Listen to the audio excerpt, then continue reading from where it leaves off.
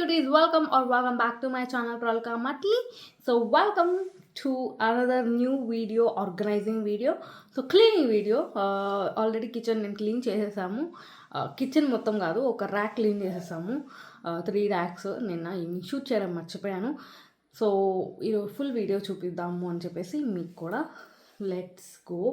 సో మీకు ఏమైనా సజెషన్స్ ఉంటే అండ్ కిచెన్కి సంబంధించిన ఆర్గనైజర్స్ అన్నీ కూడా నేను మీకు వేరే వీడియోలో డీటెయిల్గా చెప్తాను. But present watch and enjoy how can you organise your kitchen. So ఏమేమి ఆర్గనైజ్ చేసానో అవి కూడా చూపిస్తాను. So let's go.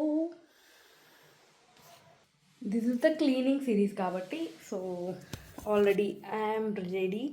So with my bun. So lights ఆపేద్దాం.